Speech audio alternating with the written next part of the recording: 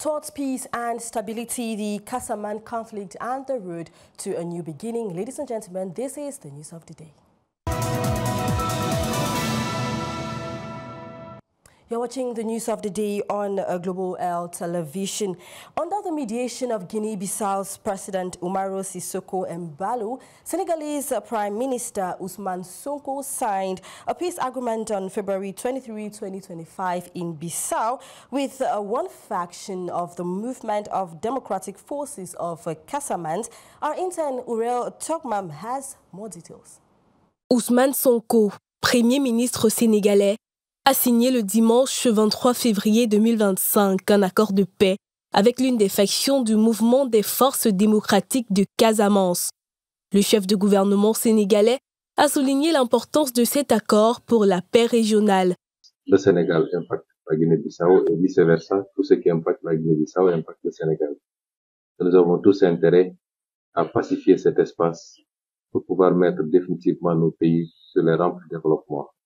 Nous concentrer vers l'essentiel, c'est-à-dire répondre aux aspirations légitimes des populations, à mieux-être, à plus de développement, à plus de stabilité. La rencontre s'est tenue à Bissau sous la médiation du président bissau-guinéen Umaro Sissoco Embalo, qui a tenu à saluer les relations entre les deux pays. Comme vous le savez, Guinée-Bissau et Sénégal, nos relations, ça dépasse les hommes, comme j'ai toujours dit. Le président Diomaye Faye a même un plan, Diomaye pour la Casamance. Aujourd'hui, il a témoigné cet accord qui vient d'être signé. Le dialogue continue. Et je pense que nous sommes en très bonne voie.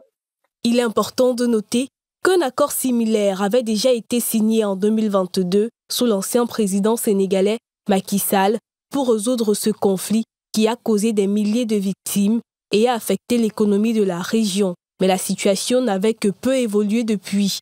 Cet accord, signé à Bissau, est donc une étape cruciale vers la paix et la stabilité en Casamance. For over 40 years, the Casamance region has been plagued by conflict. What began as a 1982 protest for independence has escalated into an ongoing struggle despite numerous attempts at peace. Let's now take a look back at the early days of the Casamance conflict. It was on December 26, 1982 that the Casamance conflict began. Separatists from the Movement of Democratic Forces of Casamance launched an attack on Ziguinchor, calling for independence. What started as a peaceful protest soon escalated into armed rebellion, marking the start of a conflict that has continued for over 40 years.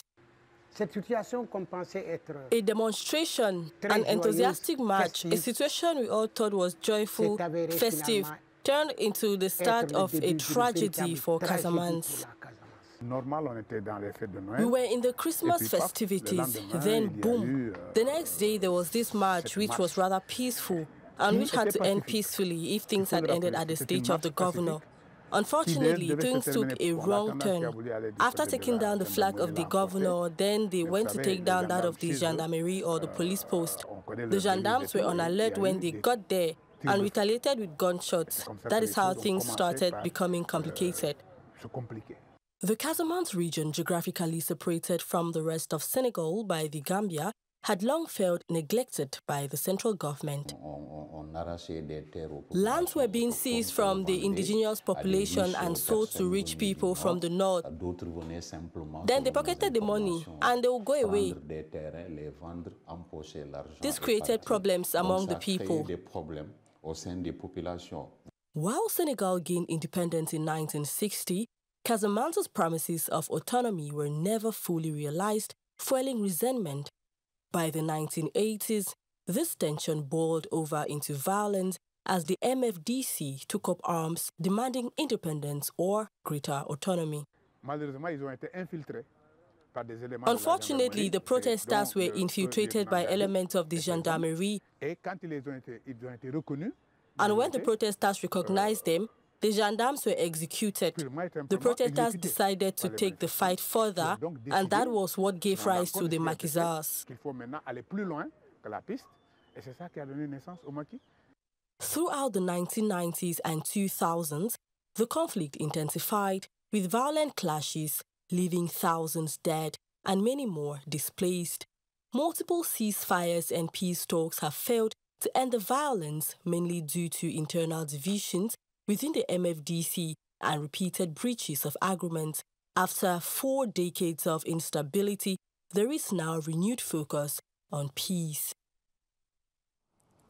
The Movement of Democratic Forces of Casamance is a rebel group primarily operating in the Casamance region of Senegal. Founded in 1947, it has several objectives, including the independence of Casamance, the creation of a sovereign state, among others. Brenda Nong. Fondé en 1947 par l'abbé Augustin Diomacoun Senghor, le Mouvement des Forces démocratiques de Casamance est un groupe de rebelles séparatistes qui opère principalement dans la région du sud du Sénégal. Initialement appelé Mouvement national de libération de la Casamance, le dit mouvement a connu de nombreuses évolutions au fil des années. C'est précisément en 1982 qu'il a pris la forme de Mouvement des Forces démocratiques de Casamance, MFDC, créé par des nationalistes casamançais. Ce mouvement indépendantiste s'articule autour de nombreux objectifs, notamment l'indépendance de la Casamance. Nous sommes des fils casamançais et comme beaucoup d'autres populations de Casamance, nous aimons cette région. Et par conséquent, il nous appartient d'utiliser tous les moyens à notre possession, à notre pouvoir, n'est-ce pas, pour combattre des idées qui ne nous paraissent pas aller dans le sens de l'intérêt de la majorité des Casamançais et qui ne paraissent pas non plus aller dans l'intérêt de la Casamance en tant que telle. Disons que nous ne partageons pas les mêmes opinions que lui, les mêmes opinions que d'autres, et nous avons le droit, en tant que fils casamançais, de les manifester, n'est-ce pas, de nous opposer aux idées qui ne nous paraissent pas favorables à l'avenir de cette région. À cela s'ajoute la reconnaissance de la spécificité culturelle et historique, la création d'un État souverain, la gestion autonome des ressources naturelles de la région. Il y a certaines ressources dont l'exploitation pose moins de problèmes que d'autres, mais il est toujours évident que lorsque la ressource se trouve quelque part, le conseil, la sagesse, c'est de pouvoir discuter avec ceux-là qui sont le plus proches de la ressource et de leur faire comprendre l'intérêt qu'ils peuvent tirer de ces ressources avant d'envisager l'exploitation. Il est important de noter que le FMDC n'est pas un groupe monolithique. Il est divisé en plusieurs factions, dont celle du Front Nord Diakaï, menée par le commandant Fatoma Koli. Malgré les nombreuses irrégularités autour de ce mouvement, il reste un groupe qui milite pour l'indépendance de la région de Casamance.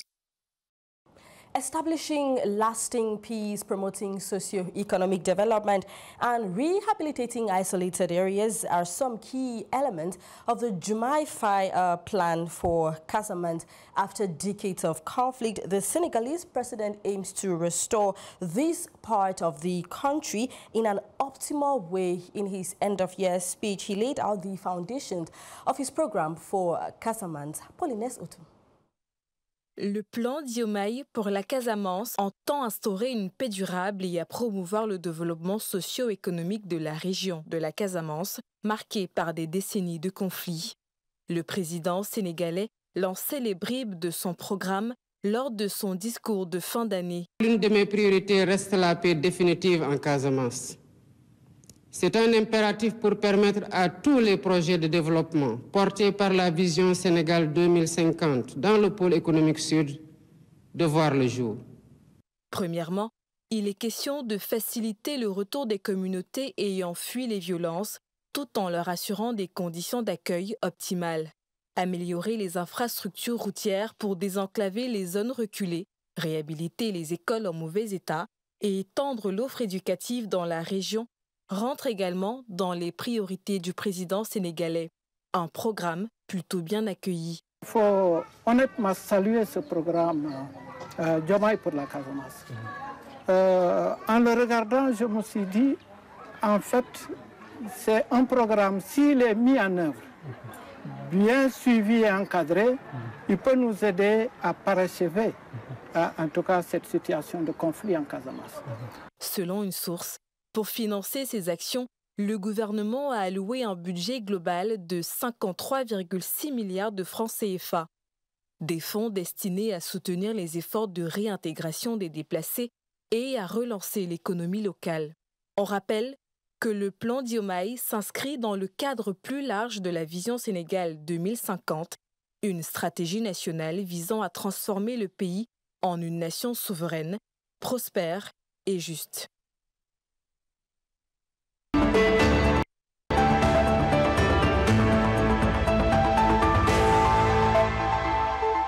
Our bonus information, ladies and gentlemen, takes us to the Democratic Republic of Congo, where the government, through the Minister of Public Health, has sent a total of 1,200 blood bags for the wounded victims of the conflict in the Kivu region. These blood bags will pass through the humanitarian corridor to reach the city of Goma and then be distributed to other cities under the captivity of M23 fighters. Details with our correspondent over there in Kinshasa, Yves Mayele.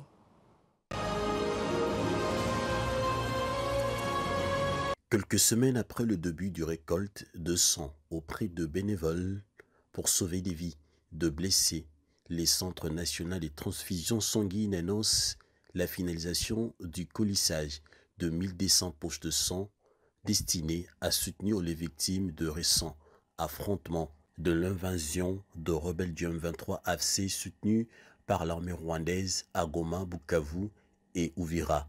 La prochaine étape, c'est la réception de ces unités de sang au niveau de la ville de Goma. Et nous allons devoir réceptionner ça au centre provincial de la transfusion sanguine qui va se servir d'une partie et les redistribuer au niveau des hôpitaux afin que le receveur du sang reçoive ces unités de sang. Et à titre vraiment gratuit, une partie de produits sanguins va aller jusqu'à Bukavu, dans les différents hôpitaux de la ville de Bukavu. De précautions rigoureuses ont été prises en amont afin d'assurer la qualité du sang envoyé qui seront donnés gratuitement comme il a été récolté gratuitement. Vous comprenez qu'il y a des tiers payants. Il y a le gouvernement qui fait un effort pour que cette population reçoive ces unités de sang sécurisées gratuitement. Donc on ne vend pas les poches de sang, mais on aide plutôt la population à recevoir du sang sécurisé parce que le sang il est très dangereux. Il ne suffit pas de les collecter et il ne suffit pas d'utiliser des tests rapides parce que les tests rapides contaminent la population. Et là, nous avons utilisé des tests de 4e génération, des tests qui, à partir de 2 semaines, 3 semaines, nous permettent d'identifier si les donneurs ont développé une maladie comme le VIH, les hépatites et la syphilis pour ne pas les transmettre aux receveurs. C'est vraiment du sang sécurisé. Ces poches de sang passera par Éthiopie pour atterrir à Nairobi en passant par Kigali, ensuite destination la ville de Goma. Entre-temps, la campagne de récolte de sang continue dans le but d'atteindre 500 000 poches de sang comme le souhaite le ministère national de la Santé publique. That report by Yves Mayele brings us to the end of today's edition of the News of the Day on Global L Television. Thank you for watching. Stay loyal to programs on Global L Television. Bye-bye.